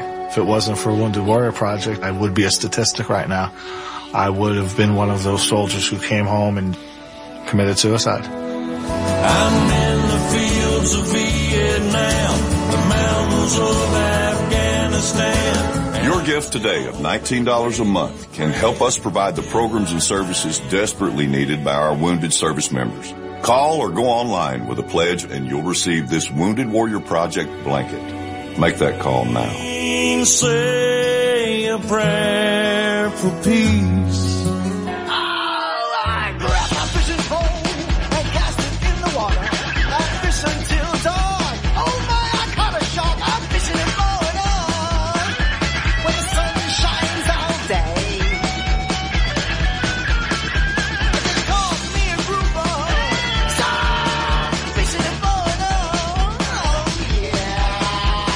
It's the Fish Florida Show with your host, Riscala Stevens, bringing the outdoors to you every Sunday morning, 8 to 10 a.m. on the WDBF Radio Network. And now, your host, Riscala Stevens. And we are back, ladies and gentlemen. It is the Fish Florida Show. It's an honor and privilege to have you tune in and listen and allow us to share with you the information that we have. Very interesting stuff this morning. One of the reasons that I asked Carol to come back, she supports much of what I truly believe in, and that it's a family run business, and it is a local business. I failed to acknowledge that when she was on with us just a few moments ago, but it's a local business here in Riviera Beach, and it's a family-owned business. And when you have a family-owned business, a lot more goes into it than just sweat and toil. Your heart goes into it. Everything goes into it. And I totally believe 100% that this country was built on the backs of small businesses. It's the small businesses that did what they did. And they don't have the money to pay, high-end lawyers to get out of paying taxes. They end up carrying the burden, the financial burden. And so I am forever grateful to the small business owners here locally as well as nationwide, because they do more than their part, in my opinion. Anyway, we are the Fish Florida Show, and I have Pam Worth on with me, as well as Captain Hook back there in the background. Mm-hmm. And we're going to take a couple of minutes and discuss a little bit about some of the things that are going on. One of the things that we kind of touched on this morning with Pam, she did a little fishing and was able to come up with, oh my goodness, something to talk about at least. How many was that you caught? We ended up with, in just a few hours, using artificial lures, not live bait, 6 redfish up in the Ozella area, with 3 of them being over slot. So they were over the 27 inches. They averaged about 32 inches. I fished with Andrew up there and Colby, both who are on pro staff with Cajun rods, and we just had a blast. We had such a good time. And I'm sure that some people were envious. How many did you catch? Me, I was the third man on the totem pole. So I'm not used to fishing off a boat, okay? So you had both the guys who are big guys. I'll post a picture on Instagram later on. So they're both big guys. They're bigger than me, and I'm what, 5'10". So trying to cast over them was a little interesting. And they did what I'm going to call, from a kayak point of view, they did what I call speed fishing. They had the trolling motor going the whole time. So there's certain places where you think the fish are going to be, like at a point. Well, I'm at the back of the boat, so both of them are at the point before me. But I brought my share in. I got a couple good ones. Nice follow, too. Missed a monster snook. I had Spooky out there by Hedden, Spook Jr., and bringing him along, and the water just exploded, and all of it just stood there. And we couldn't believe it missed the lure. One of the guys goes, the mouth was the size of a bucket. How did he miss it? And I go, I don't know. But they're a young team on the Florida, just starting the Florida Pro, and they're doing well. So I'm excited for the two of them. And I want to ask you, I think I know the answer, but I want to ask you, the CCA of Florida, you're a member of that as well? I am a life member. Yes, I am a life member. I support it totally. What's the advantage of being a member of that? One, your membership dues go toward their projects with building the reefs. I've done some of that, gone out and helped, behind Honeymoon with the oyster beds, taking out literally 5-pound bundles of oysters and setting up a bed. So they do a lot of that, and I support that. They've gotten more and more into the clean water. Mm-hmm. So, I mean, that, and also the research they do. I don't think people understand the amounts of information they get. The research is invaluable. It's great. And they championship the everyday angler. You know, they're out there and they're not backed by, big money. They're not backed by big commercial. And there's nothing wrong with commercial fishing. Please don't let anybody think I said anything negative. But they're there for the everyday angler, and it's such a great tournament. Anybody, I mean, if you don't fish, pick up trash. Yeah, that's the part that I thought was so amazing, that they have a division for just trash, literally trash. You go pick up some trash, and they'll enter you in a division. I may be wrong. Correct me if I'm wrong, Pam, but they'll enter you into a division for kind of like a lottery kind of thing, like something like that, right? And then you could win something literally for picking up trash. Exactly, and it's like, what a great way to teach your kids the importance of the environment. Spend one afternoon or one morning or part of a morning, grab a 5-gallon bucket. You can get them just about anywhere. And just for a couple hours, go to the fort, go to your favorite, even if it's inshore, go to your favorite park, go somewhere. And just with your kids for an hour or so, just pick up trash, and then afterwards have a great picnic and enjoy the outdoors. You know, what are they doing for this? I don't recall the date, but coming up, they're going to have you go pick up trash, and they're going to serve you lunch and a beer. Jeez. Yeah, that's at E.J. Simmons Park, and it's the 21st. So it's a week from Sunday, or a week from Saturday, rather. And it's free to get into it. Pick up the trash and bring it back to them. They'll dispose of it. And you have to sign up. You've got to go to their website and sign up. And you'll end up, they're going to serve you lunch, and you're going to get a free beer if you're of age. So if you have one of those young faces, please bring proof of ID. There you go. Yeah.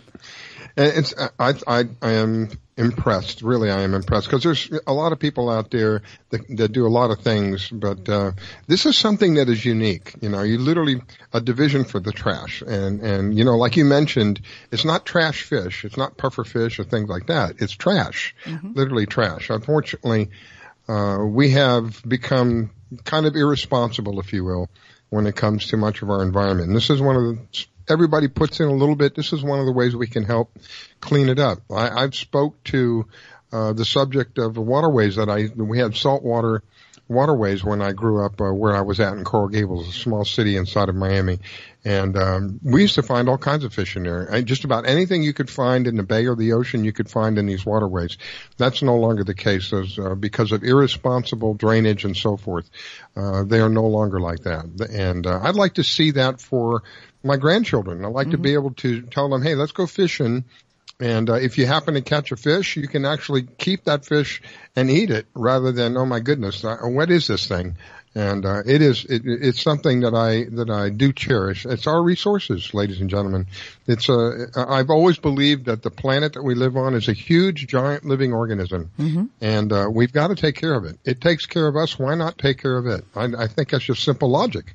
And I think maybe because kayakers move a little slower in the water than the boaters, and I understand it would be a little tougher for the boaters, but if you're going along the water and you see something, take 2 seconds to pedal or paddle or troll over there.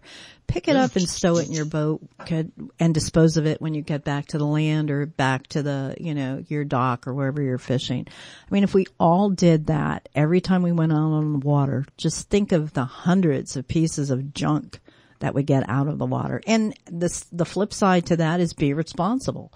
Don't, stow your stuff away. Don't let it fly out of the boat. It is sad how this mentality of, well, if I throw it overboard, it'll sink and I won't see it. So out of sight, out of mind kind of, we've got to get away from that. Mm-hmm. We really do. I think that's what creates a lot of this particular problem that we're talking about in this subject, where these waterways are just, sometimes I see a lot of these plastic bags for whatever reason. I'm not going to question how they got there. I just know that they're there, and they're certainly not helping anything, because these plastic bags will eventually break down, like we mentioned earlier, into smaller particles, but they'll never disintegrate. So the fish are literally breathing them. The bigger fish are ingesting it.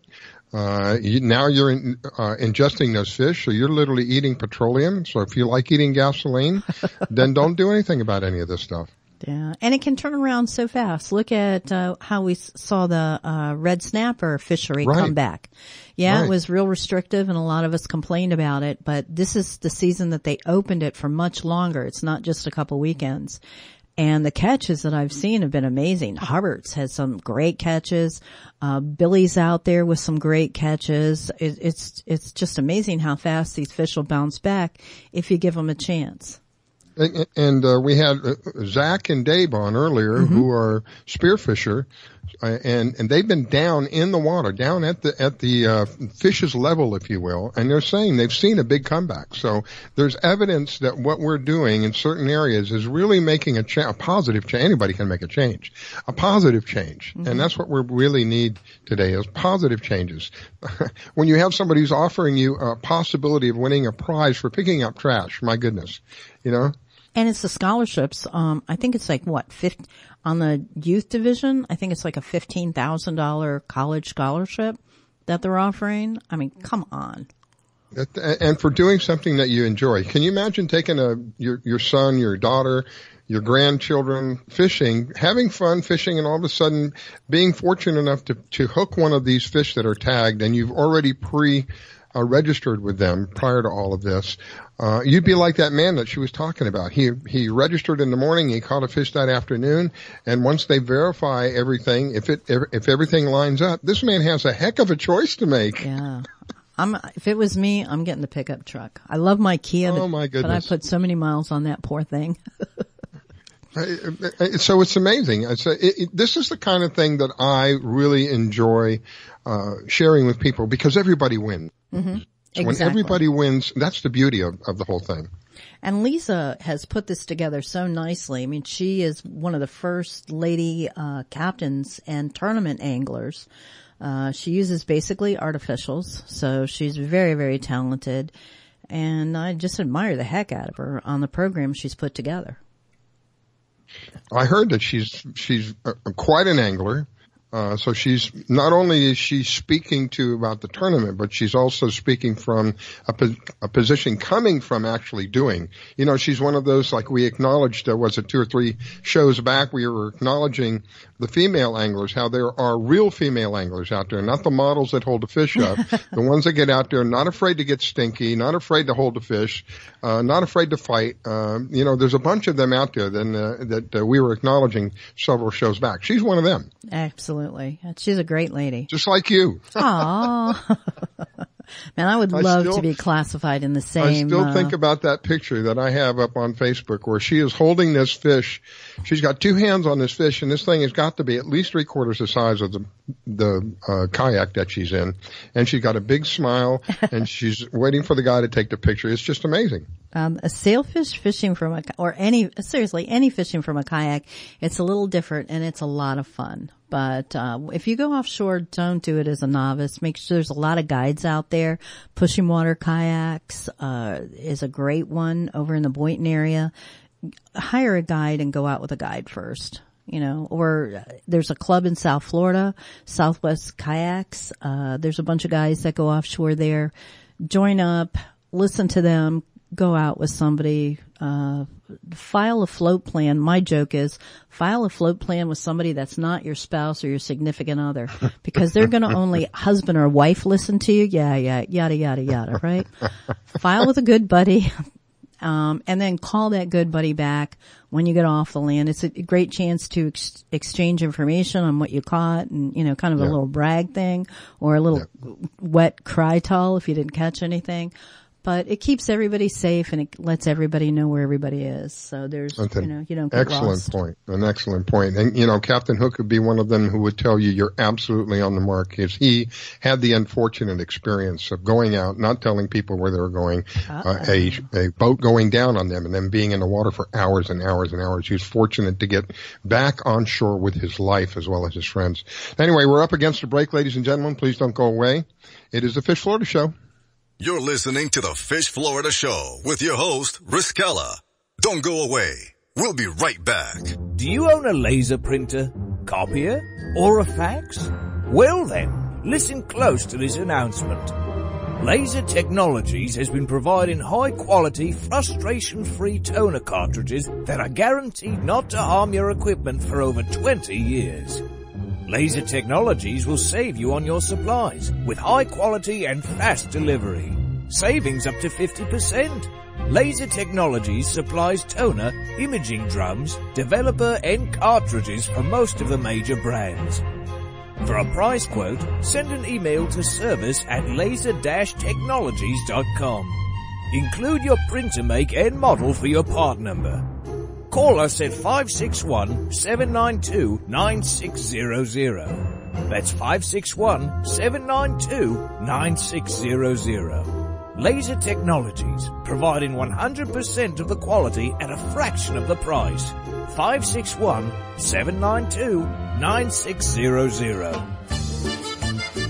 Que Pasa Mexican Cantina is where friends and neighbors come to connect, share, and celebrate one another in a festive, casual atmosphere. Offering rich, robust flavors of authentic Mexican cuisine, we use only the freshest, finest ingredients. We chop and dice, season and blend, and then cook everything we serve to perfection. One thing that makes Mexican food even better is one of our delicious Best of the Bay margaritas. Our signature series of margarita flavors range from our sweet and fruity mango and strawberry to our hot and juicy jalapeno margarita. Having a busy meeting or getting together and looking for Mexican food? Try our Fast Fax form. It's an easy, fast way to order your favorite Mexican food. We have special platters and layouts for any occasion. The form is super easy to fill out, fax, email, or just call it in. Whether it's here in the restaurant, in your home or office, at Que Pasa we celebrate bringing people together. Que Pasa Mexican Cantina, 10478 Roosevelt Boulevard North Street in the Gateway Shopping Center, 727-330-3663 in St. Petersburg. Hi folks, I'm Roger from Rogers Gotcha Motoring. If you need a local auto repair shop, Rogers Gotcha Motoring will take care of all of your automotive repair needs. If you need something as simple as an oil change or as complex as an engine overhaul, I have the latest in technology and the knowledge to get the job done right. We've been servicing Pinellas County since 1994 and are conveniently located at 3700 5th Avenue North in St. Petersburg, Florida. If you need service, call now at 727-327-1830 or visit my website at www.rogersgotchamotoring.com or like my Facebook page at Rogers Gotcha Motoring for a complete list of all of our services. So come on over to Rogers, that's me, and get your car service today. And don't forget to shop and support local business. Call now to book your appointment at 727-327-1830. That's 727-327-1830, or swing on by. Grab my fishing pole and cast it in the water. I fish until dawn. Oh my, I caught a shark. I'm fishing and blowing on when the sun shines all day. They call me a grouper. So I'm fishing and blowing on. Oh yeah. It's the Fish Florida Show with your host, Riskala Stevens, bringing the outdoors to you every Sunday morning, 8 to 10 a.m. on the WDBF Radio Network. And now your host, Riskala Stevens. It is another beautiful day here in South Florida. If you're just tuning in, you missed quite a bit of information. But not to worry, because we do play the show again on WDBFradio.com at 3 p.m. in the afternoon. You can find the show playing on a repeat basis. So anything that you've missed up until this point, just tune back in at 3 p.m. You can always find the archives on our website. The website is thefishfloridashow.com. We also have a YouTube channel. You can find archives there as well, and it's the Fish Florida Show. You can find us on Facebook. It's the Fish Florida Show on the Facebook as well. And we'd like you to share whatever you find interesting about our show. Share it with your friends, because we're really just about the average person. Many of the professionals already know everything that we talk about here on the show. So we're not so much into educating the professionals as we are the average person, and what you can do by going fishing and building relationships and building memories for the lifetime memories. I've been on this planet for over 6 decades. I can still remember my dad taking me fishing almost every week. A minimum of 2 to 3 times a month, my dad would take us fishing as a family. My mom, my dad, my brother, myself. We would go to a wide variety of places, building memories, building lifelong memories. To this day, I cherish them. And this is an opportunity for people who are in a similar situation. You have a child or a grandchild or something of that nature. Build lifelong memories. And one of the ways that you can do that is through fishing. And much of the information that we share here is just for the average guy. Just to go out there and have a good time, enjoy the weather that we have. It is a beautiful day here. The sun is still shining beautifully. We've got puffy clouds up there. It's the kind of day that you dream about. The heat really hasn't, it hasn't kicked in yet on this side. I'm laughing because later on in the afternoon, you walk outside and the skin begins to melt off of your bones. You'll understand what I'm talking about here in South Florida. Anyway, I have Pam with me, Pam Worth, who is one of the top female kayak anglers here in Florida. And thank Pam always for her input. Thank you, Pam. Thank you. Inshore and offshore. That's what I fish. I'm not a bass angler. Sorry, guys out there. I was sharing with you how quickly now I'm feeling the benefits, or whatever you want to call them, from the sun, and how I'm developing, and not to be insulting to anybody, but what we used to call a redneck a tan, where my arms from my elbows down are nice and tan, my face is nice and tan, but if I take my shirt off, everything is white. And you mentioned something to me that I really didn't consider very well, and that was to wear a large hat, because it would create a shadow around not only your head but your shoulders. Exactly. I fish, and I got teased at first, but I fish with a big old floppy hat. It's very light colored tan on the top. An important thing, if you're going to be especially fishing in the sun, or on the water rather, is it's dark inside. Those visors that are white and white underneath, all they're going to do is reflect the sun from the water back into your eyes. But you want to look for a dark underside. And yeah, that big cap is, it's like you're fishing in the shade, half the day. Yeah. And it's your face that's going to feel it in your shoulders. Well, another thing you could do is use a kite. No, I'm just kidding. The reason why I say the word kite is we have Mike Simcoe with kitefishing.com. Mike is another person I enjoy having on, because he brings another unique perspective about fishing and a way to enjoy fishing. Good morning, Mike. Thank you so much for calling in. Good morning, Riscala and Pam. How are you guys? Awesome. It's a beautiful day. What Great. Can I say? That's perfect. So, Mike, can you tell me, do you know the history of kite flying? How did it get started? Who thought of putting a kite out and putting a bait at the end of it? Yeah.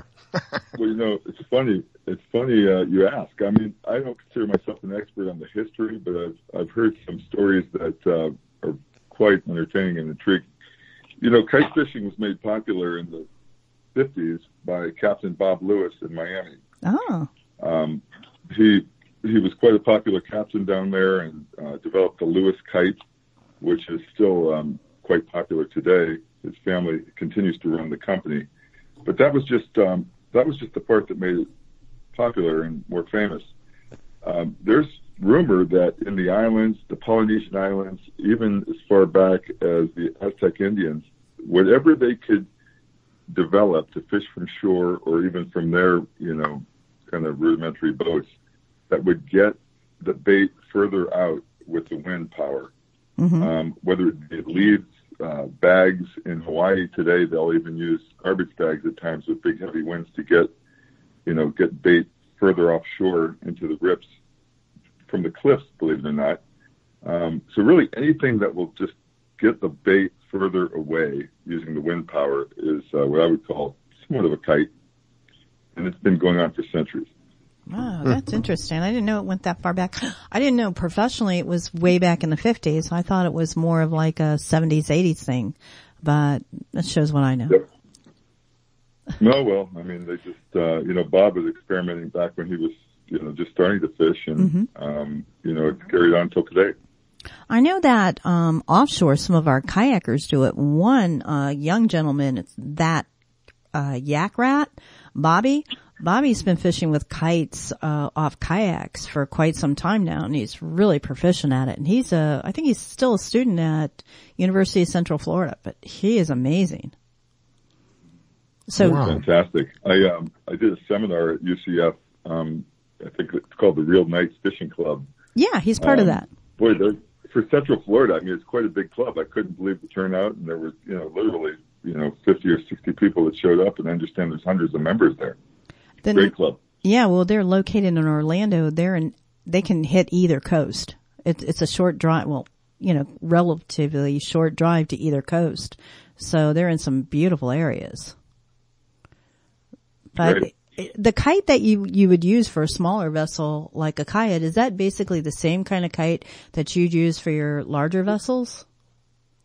Or how do you determine? Well, it depends on, I guess it depends on the person that is into it. And I don't know how Bobby does it, but he was it Bobby? Yes, sir.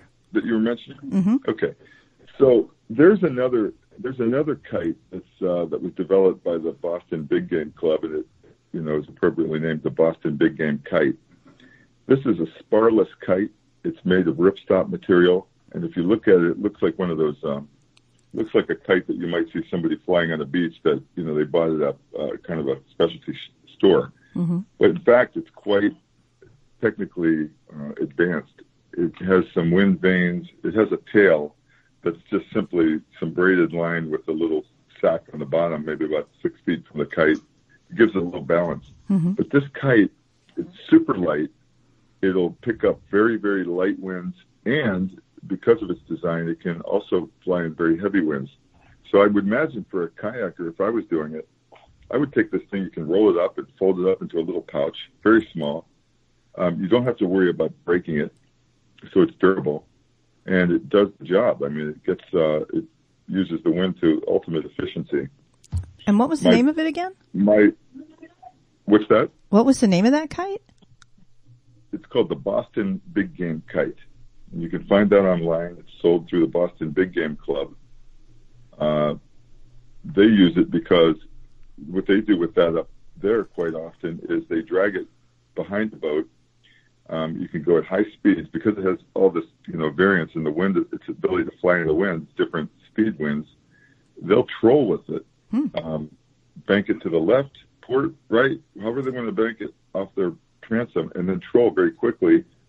They'll troll artificial, flying fish or even squid chains with it, and they do quite well with the tuna up north. Yeah, plus it gives you a wider spread. Excellent idea. It sure does. It sure does. But I like that. I think in a kayak where you're tight on space, it folds up to a real small bundle, and again, you can really get rough with it and it won't break. Excellent. See, is it possible?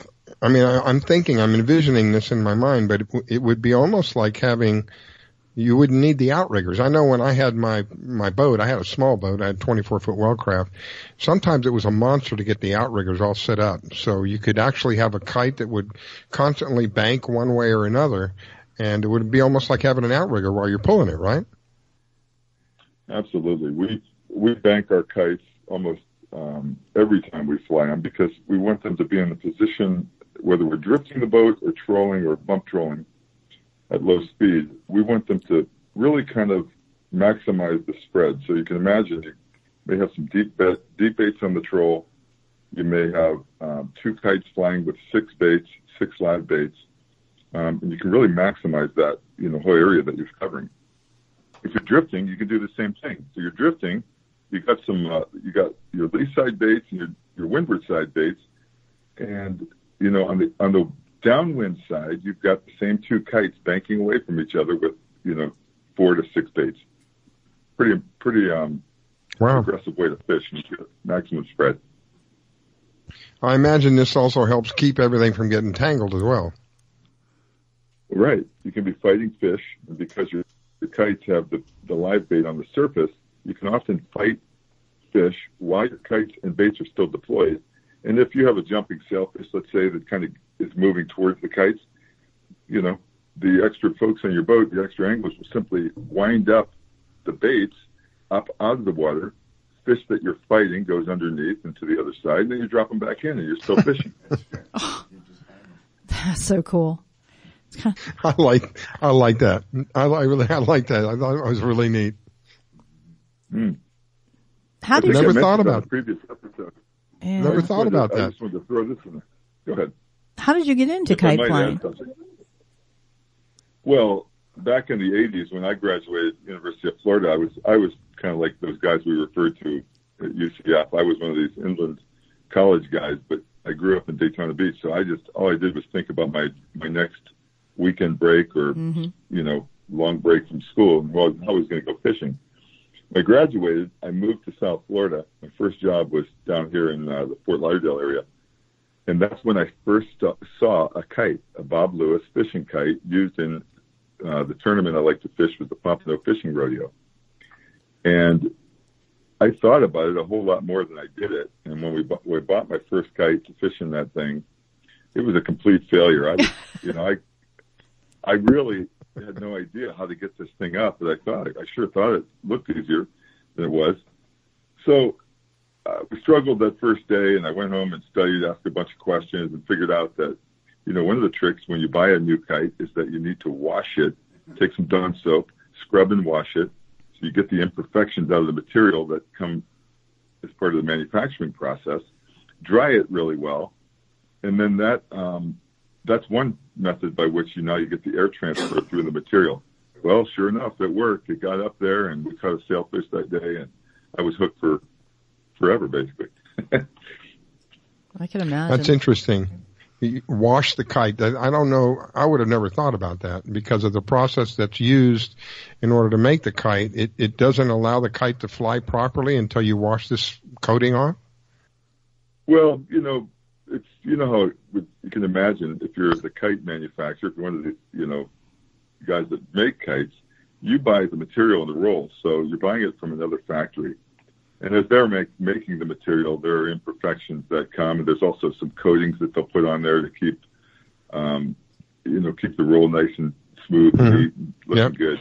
Yeah. And it just doesn't really preserve that material until it's finally used. And, it took a while for us to figure out that, the different grades of material, like, for example, you can imagine a heavy, heavy wind kite is actually got material that is more permeable than a really light wind kite.